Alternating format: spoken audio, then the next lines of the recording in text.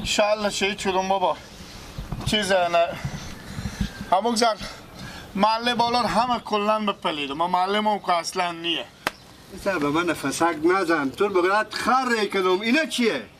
اینا علاف و مرتکه گفتم که بتعمل زمین ها محله علاف میدیره. گفتم اما خر سراخ کدوم گفته کنه چیزه گفته که ما چون برو عرضه کو دستی بابا گفته مرتکه گفت برو عرضه کو خر تو پیدا میشی علفا هم بداد. گفتم اگه خر پیدا شد در دیشب کو گوشنه اینا من دازم پیش سر تو علفا بخور بگذار اینا اینا و تو برات خر کنی و برات علف کنی.